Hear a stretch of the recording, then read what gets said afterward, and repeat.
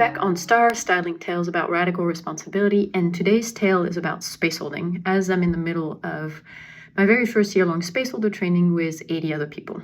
And today is about this context of an authentic transformational space relocates authority. And what I mean by that is that people often come to transformational spaces or healing spaces or initiatory spaces with a contamination, at least, of a survival purpose, of trying to gain a certain certainty, trying to find if somebody has better answers, sort of a guidance of like, how can I live my life in a way that's not so abusive, let's say. But also people come maybe even for a sense of belonging and love in a community of people that are maybe less numb and have their heart open. And so you'll see, and maybe even in yourself, you've noticed that when you've joined transformational spaces, there was this idea of trying to fix yourself, trying to be better, but also maybe even trying to have some kind of success when you've failed so much in let's say, modern culture or a regular corporate job. And then the thing is that transformational spaces, or even in this case of possibility management, is a transformational community does offer very clear maps, very clear processes, very clear distinction in a distinction as a way to navigate your life. And also a community of people with whom you can do healing, with whom you can live with them, with whom you can have listening spaces. And it seems that like from an outside picture, that this wish of survival, it matches what possibility management offers. And I think one of the surprise, and also it can be really a shock, but what I'm holding space for as like what is an authentic transformation, and also what I'm training people in the year-long spaceholder training to hold space for, is an authentic space of transformation is one that over time, in nonlinear ways, in like non-cognitive ways, in non-understandable ways, it builds an awareness where those original survival strategies that might have like attracted you to come to a transformational space become unbearable. So this strategy of, okay, I want to belong, so I'm going to do what I don't really want to do. I'm going to do what I see other people doing to fit in. And it's like, okay, to some degree that can work in the beginning. And you might even get some like direct feedback of saying, hey, do you really want to do this? And you might be in this state of like, well, I don't really know, but right now it's really working. So I'm going to hold a rage club, or I'm going to do emotional healing processes because that's what everybody else is doing. And it seems to be working for them. So it should be working for me. And that's the key. It's people come to transformational spaces and transformational communities looking outside of themselves for the answers of how to live their life. And that's something that we've basically learned as a baby when we come into the world, not as a blank page, but pretty clean of what is it to be human? You know, what is it to be alive on this planet? And we look outside of ourselves for how do people deal with emotion? How do people deal with uncertainty? How people deal with power and sex and attraction and wanting and sensuality and this force of life? Like, how do people deal with that? I'm looking outside for these answers instead. That's like as a baby. And what could happen is around age 6, 7, and 8, when a child turns really from mom, which is like this whole world, towards the world, there could have been a moment of initiation where the child basically start learning to have their own direct experience of life and finding their own maps and reference inside of themselves of saying, hey, how do you feel about this? Or what do you want about this? Or what is it, why is it interesting for you? What is this important for you? And instead of providing, which is school really does that, advertisement, Instagram, like advertisement, they say, they say, you should want this. Like, look outside of yourself for what it is to be beautiful, or what it is to be successful, or what it is to be, like, how are you going to receive love?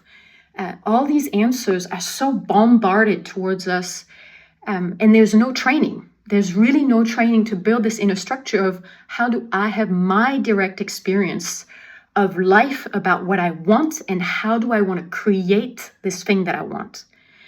And transformational spaces, authentic transformational spaces, would actually be building this matrix inside of people who are more than 18 years old, 20 years old, 30 years old, but also like 40, 50, 60 years old, who spend their whole life looking for outside of themselves, also coming to the space with that same intention.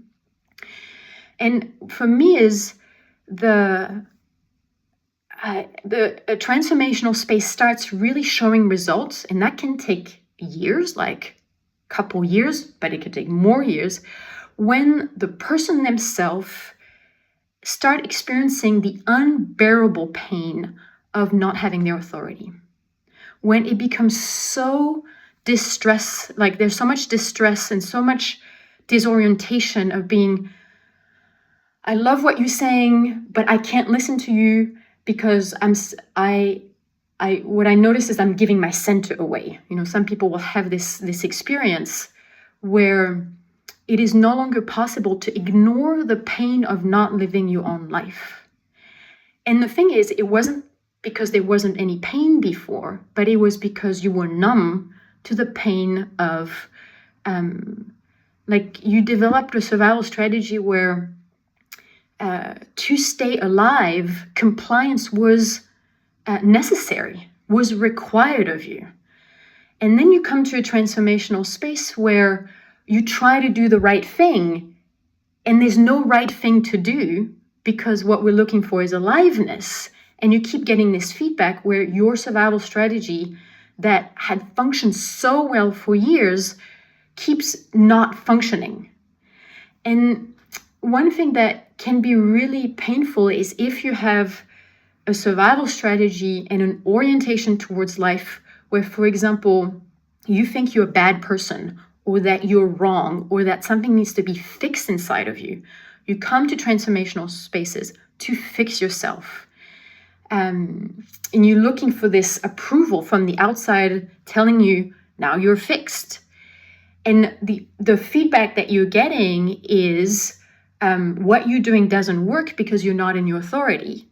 Well, it's easily translatable for somebody with that survival strategy as, oh my God, they're telling me I'm bad. They're telling me I'm bad, which reinforces the strategy of trying to perform and to do the right thing, to trying to compensate for this feedback that is being translated as I am bad.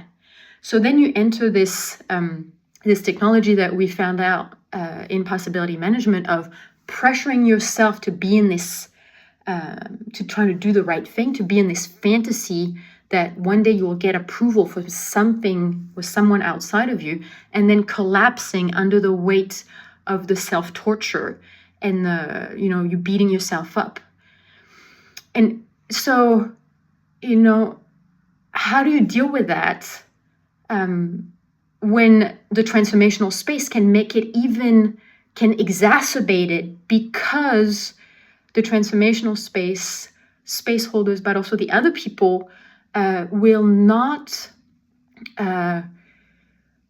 validate the survival strategy, will not trying to make it okay for you to think that you're a bad person, and that if you hear that you're good, then everything's fine. What I've said is, what I've experienced, like what I've seen, like in myself also, but it's more with people who have come to my spaces, because I tend to have a I'm okay box. So like everything's okay, I'm okay. I don't really have this self-torture happening. But so for people who have an I'm not okay box and trying to fix themselves, what I've experienced is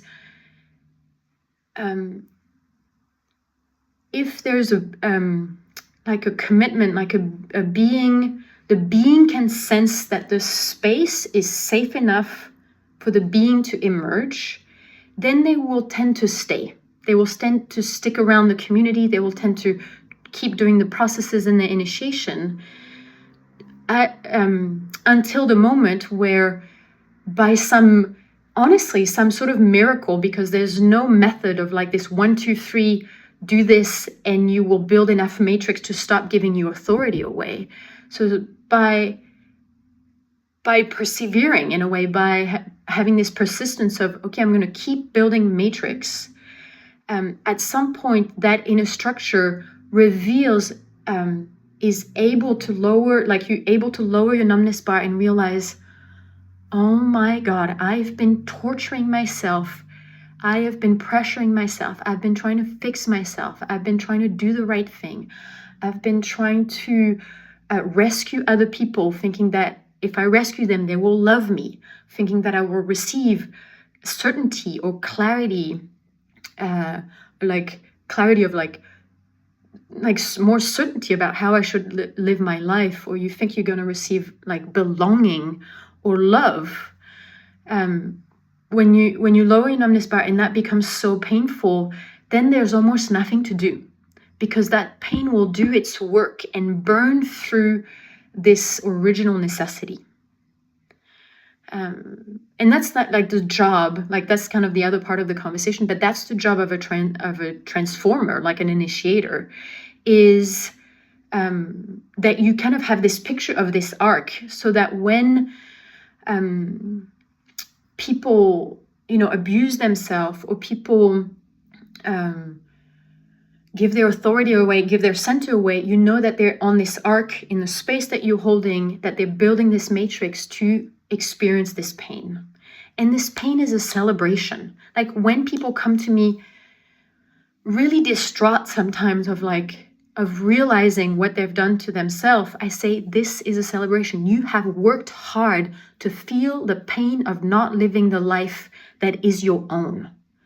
And now you have a choice, because with the pain, you can move.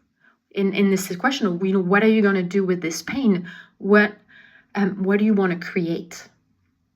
And before we go into this possibility of creation, I want to say that is usually one last barrier that happens in this arc of transformation is the gremlin, which is when you've lowered your numbness bar, like you've built this inner structure, you've lowered your numbness bar, you're feeling this pain of how much you've given your authority away, including to the space of transformation that has provided you with the matrix necessary, to get closer to yourself. So you've given your center away to distinctions or map or space holder, but it started a long time before. One of the ways that your gremlin can take this pain and misdirect it as a way to protect yourself from the responsibility of having your own life is blaming. So it's going to be, blaming whatever, your teachers, your the space holders, the space themselves, sometimes the distinction themselves, saying that they have a shadow, or trying to find the fault in that in the context that has revealed the level of pain that you've created for yourself. And if you notice that in yourself, just realize that it's a signal that your transformation is working and your gremlin is trying to hold on to irresponsibility.